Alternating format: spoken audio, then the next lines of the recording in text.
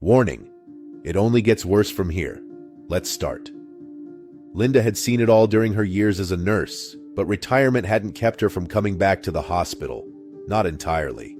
She spent her days volunteering on the pediatric ward, trying to bring a little joy to children facing struggles way beyond their years. And recently, the kids had a new favorite visitor, Kevin, the clown. Kevin wasn't just any clown. He wasn't polished or flawless like the professionals. His costume was a little faded, the rubber nose slightly lopsided, and his jokes could use some fine-tuning. But that was what made him so lovable. He was real. He had this down-on-his-luck charm, the kind that made you root for him. He had shown up one day, said he was volunteering to bring some joy to the kids, and Linda had been more than happy to see their eyes light up with laughter at his silly antics. But lately, something about Kevin didn't sit right. It wasn't anything obvious.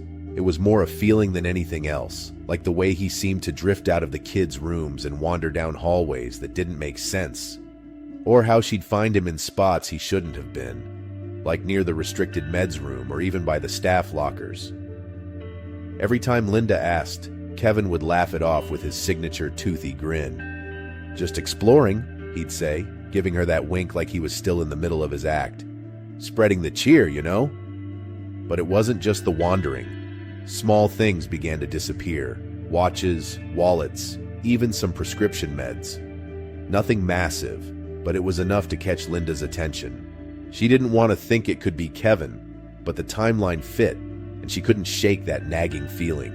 She'd spent too many years on those floors, learned to trust her instincts even when she wished she didn't have to. One Tuesday afternoon, as she was wheeling a cart of books down the corridor, Linda saw something that stopped her cold. Kevin, in his clown getup, was leading a child, little Mikey from room 304, out of his room. The boy had his stuffed dinosaur in one hand and was yawning, still sleepy from his afternoon nap. Kevin was looking around, glancing left and right, like he didn't want anyone to see. Linda's heart skipped a beat. Her fingers tightened around the cart. "Kevin, where are you taking Mikey?" she called, her voice sharper than she'd ever intended. Kevin froze for a split second, then turned to her, his clown smile pasted on his face. "Oh, just giving him a little stroll. He looked a bit bored." He chuckled, but it sounded hollow. Linda didn't wait. She knew that chuckle, that tone. She turned, marching down the hallway, her sensible shoes squeaking on the linoleum as she made her way to the security office. Officer Ray, sharp-eyed and stern, was sitting there sipping his coffee. She barely had to say anything before he was on his feet, his expression darkening. They found Kevin near the elevator, still holding Mikey's hand. Ray didn't bother with small talk. "Step away from the kid now," he ordered, his hand on his belt. Kevin's face twitched, his smile slipping for just a moment before he stepped back, hands up. The laughter was gone from his eyes, replaced by something else, something cold and calculating. Linda's heart sank as she watched Ray take Kevin away, his clown shoes scuffing against the floor. She wanted to believe there was some kind of misunderstanding, that it was all a mistake. But it wasn't. It came out later. The stash of medications they found in Kevin's car, the missing items, the desperate messages on his phone about money and debts. His whole clown act had just been a cover, a way to get access to the hospital, to wander where he shouldn't, to take what he wanted without anyone suspecting the funny guy. Linda stood outside the hospital that evening, her eyes stinging as she watched the police car pull away. She felt a weight settle deep in her chest, a mix of anger, guilt, and heartbreak. She had let him in. She had laughed at his jokes, let him into the kids' rooms, trusted him. And he'd used that trust to hurt the very people she had spent her whole life protecting. The kids would ask about him, she knew that. They'd want to know why the funny clown wasn't coming back, why Linda's smile seemed sad now when she read them stories. And she'd have to find a way to explain it without scaring them, without breaking their little hearts the way hers felt broken. Because that's what she did. She took care of them. And no matter how many times her heart got broken, she'd keep doing it for them. Still here? Good. Because story 2 is just as chilling. It was supposed to be a perfect day. Megan had planned every little detail of Danny's 6th birthday party, hoping to give her son some joy amidst the upheaval of their recent move and her messy divorce. She had ordered the cake with bright frosting, hung up balloons in every corner of the backyard, and even arranged for Tim the clown to come by to make everyone laugh. Everything was going to be perfect, a small but happy day for her sweet boy. Tim arrived late, but when he finally stumbled into the yard, the children cheered. Megan was relieved. It had been a tense morning, her nerves already stretched thin, and a clown's bright face paint and exaggerated movements were just the distraction the kids needed. He wore a colorful, slightly tattered suit, oversized shoes, and his smile, though painted on, seemed warm. Megan watched as the children gathered around Tim, their eyes lighting up with excitement. As Tim started his performance, everything seemed in order at first, twisting balloons into giraffes and hats, juggling balls high above his head. He made jokes that had the kids giggling, and even got Danny to roar with laughter when he pretended to trip over his own oversized feet. But then gradually Megan started to feel uneasy. Tim's jokes began to shift, his banter taking on a strange edge. He looked straight at Megan and said, with an almost knowing smirk, "You'd think after a move like this, things would be a bit more organized, huh?" His voice was cheerful, but the words made Megan stiffen. She glanced around, but the kids were too busy laughing to notice. Megan brushed it off, thinking maybe she was reading into it too much. But the unease continued to grow. Tim started making comments that were too specific, too personal. He brought up how tough it must be for a single mom to handle all this. And then later, he joked about a dad who wishes he could be here. Megan felt her stomach drop. Her friends exchanged glances, their expressions shifting from smiles to concern. The hairs on the back of Megan's neck stood up. Something was off. When Tim began making balloon animals again, he turned to Danny. "I bet your dad misses you a lot," he said, his painted smile widening. Megan's heart started to pound, her eyes narrowing as she studied the man behind the makeup. There was something familiar in his voice, a subtle familiarity that set off alarm bells in her head. Megan excused herself from her friends and walked briskly toward Tim, her expression no longer hiding her suspicion. She kept her voice calm, but firm, when she asked, "Where did you say you were from, Tim?" The clown hesitated, his eyes flicking to her for just a second too long. "Oh, you know, just around. I get hired here and there," he replied, his tone breezy. But Megan wasn't buying it. "Who hired you?" she pressed. Her voice had grown louder, enough that the laughter around them quieted slightly. Tim leaned closer to her, his smile unwavering but his eyes cold. "You know, Megan, it's really a shame how things ended up for your family, but Danny deserves a father figure, don't you think?" Megan's blood ran cold. She took a step back, her eyes widening. This man knew too much. He knew about her divorce, about Danny, about things he should never have known. And then it hit her. He wasn't Tim at all. Megan's heart pounded, her hands trembling as she tried to keep herself steady. She grabbed her phone, her fingers shaking as she dialed the number for the real Tim, the one she had hired. It rang twice before a groggy voice picked up. "Hello?" the voice crackled. "This is Megan. Are you on your way? You're late," she said, her voice coming out in a strained whisper. "Oh, ma'am, I'm so sorry. I was in an accident, but I'm okay. I'm just getting things sorted.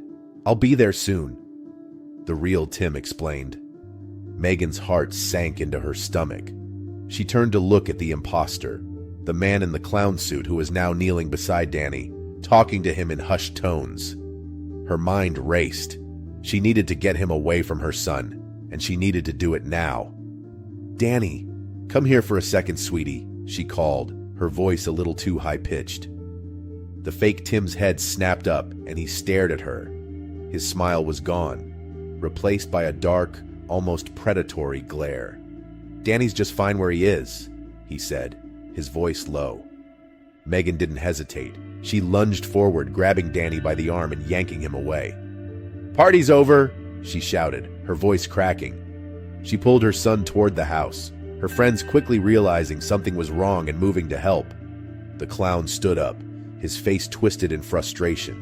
He took a step toward them, but before he could move any closer, The blare of police sirens cut through the tension. Megan's heart leapt in her chest as she saw the flashing lights pulling up in front of her house. She had called 911 right after talking to the real Tim, praying they'd get there in time. The imposter clown turned, his face contorting with rage as he saw the police. He tried to run, but two officers quickly intercepted him, tackling him to the ground. Megan held Danny tight, tears streaming down her face as she watched them drag the man away. His painted smile smeared and his eyes filled with something dark and twisted. Megan knelt, hugging Danny close as the police took the imposter away. She whispered comforting words to her son, her heart still pounding with fear. The man in the clown suit had come here not to entertain, but to manipulate and control, to take advantage of the chaos her life had become. She looked at Danny, his innocent eyes wide and confused, and she made a silent promise to protect him, no matter what. The harmless clown costume had concealed a man with twisted motives, someone who had once been a part of their family's life and had tried to use that history to worm his way back in. But Megan wasn't going to let that happen. Not now. Not ever. Final story. The night shift was usually quiet. Ryan didn't mind it. Working the late hours meant fewer people, fewer questions, and a lot more time to think. Most nights it was just him, the hum of the fluorescent lights, and the empty highway stretching out into nothing. It wasn't exactly thrilling, but it was peaceful. That was until the clown showed up. It started small, like most things do.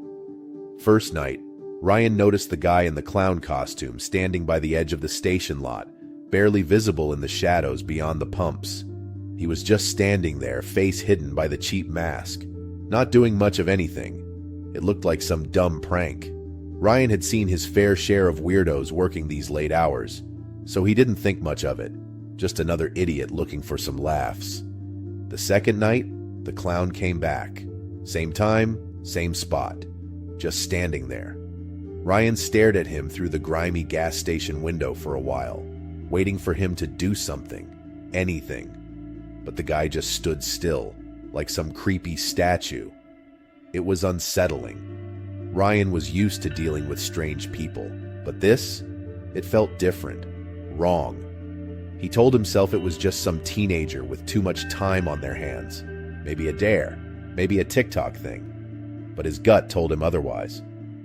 By the third night, Ryan was starting to feel uneasy. The clown wasn't just some random prank anymore. He had to be waiting for something, or someone. Ryan had even thought about calling the cops, but he could already hear their response. A clown? Standing around? Son, that's not illegal. So Ryan kept it to himself, keeping an eye out whenever he caught movement out of the corner of his eye. It was late on a Thursday when Brenda pulled up. She looked like she'd been on the road for hours, eyes tired, her two kids knocked out in the back seat. She parked by pump 3, and Ryan stepped out of the small booth to help her with the pump that was notoriously finicky. It was just another transaction, just another night. But then he saw it, the clown moving closer, almost gliding in the darkness, like he'd been waiting for her to arrive. Ryan's heart skipped a beat. He wanted to say something, but Brenda was busy fumbling with her credit card, the kids still fast asleep in the back. He watched as the clown made his way to the side of the car, moving almost too casually, and then, bam! He slapped his hand against the window right by one of the sleeping kids. Brenda screamed, dropping her card, her eyes going wide as she tried to figure out what was happening. The clown leaned in, his face pressed up against the glass, his gloved hands cupped around his eyes like he was trying to see inside. Ryan's adrenaline kicked in, his pulse pounding as he grabbed the old baseball bat he kept behind the counter. He ran out of the booth, shouting at the guy to get lost. For a split second, the clown turned to look at him, and Ryan saw it. Something familiar in the guy's eyes, a glint of recognition, and that's when it clicked. This wasn't some random prankster. Ryan knew this guy. He was the guy who'd just gotten out of lockup. Local trouble, always looking for an easy score. Ryan had seen his mugshot in the paper when they warned folks about him. The clown didn't move, just kept staring, the smile painted on his mask looking more twisted with each passing second. Brenda was panicking, trying to get her door locked, her kids starting to stir in the back, confusion and fear spreading over their faces. Ryan didn't think, he just acted. He rushed at the clown, swinging the bat wide. The guy dodged, but the message was clear. The clown backed off, holding his hands up, that stupid mask still grinning. He stepped away from the car, and then he ran, disappearing into the darkness beyond the pumps. Ryan didn't waste any time. He grabbed his phone, his fingers trembling as he dialed the police. He gave them the rundown. A man in a clown costume tried to scare a mother and her kids, possibly armed, definitely dangerous. Brenda, still shaking, managed to get her car started again. She gave Ryan a shaky nod, mouthing a "thank you," before peeling out of the lot, her kids now wide awake and crying in the back. The cops showed up about 10 minutes later, lights flashing, but by then the guy was long gone. They took Ryan's statement, nodding like they'd heard it all before. "We'll keep an eye out," one of the officers said, though Ryan could tell they didn't think it was a big deal. Just another weirdo in a costume. But Ryan knew better. He knew the guy wasn't just there to scare someone. He was looking for a way in, a way to get close, to catch someone off guard. As the police car pulled away, Ryan stood alone under the harsh lights of the gas station, the night settling back into its usual quiet. He knew it wasn't over. The clown had been watching him too, and Ryan had the sinking feeling that this wouldn't be the last time their paths crossed. But tonight, at least, Brenda and her kids were safe, and that was enough.